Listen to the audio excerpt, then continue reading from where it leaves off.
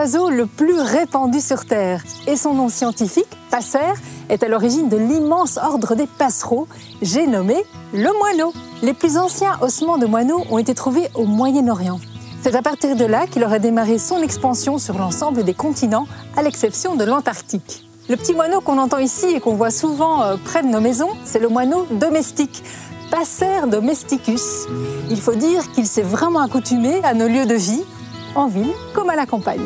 Cette cohabitation entre l'homme et le moineau est apparue au Néolithique avec la naissance de l'agriculture.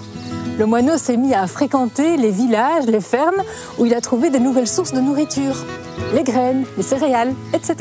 Ensuite, il n'a plus jamais quitté l'homme et l'a accompagné au fil de ses déplacements. Les moineaux ont une vie sociale très riche. Ils évoluent en bandes de 10 à 15 couples, en proie à des courses-poursuites, à des bagarres rocambolesques. Il est très amusant de les voir prendre leur bain dans des flaques d'eau ou dans des petits trous de poussière. C'est comme ça qu'ils se débarrassent de leurs parasites. Le moineau est partout autour de nous et semble bien se porter. Et pourtant, ces populations sont en déclin, tant en milieu urbain qu'à la campagne. Les causes sont multiples. Un manque de nourriture, une crise du logement, et puis l'exposition aux pesticides, l'urbanisation constante des terres, etc.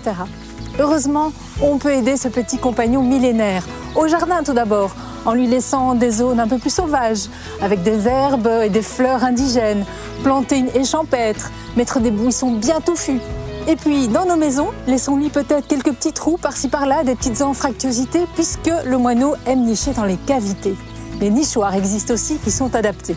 Bref, mettons tout en œuvre pour sauver cette espèce avec laquelle nous avons une si longue histoire.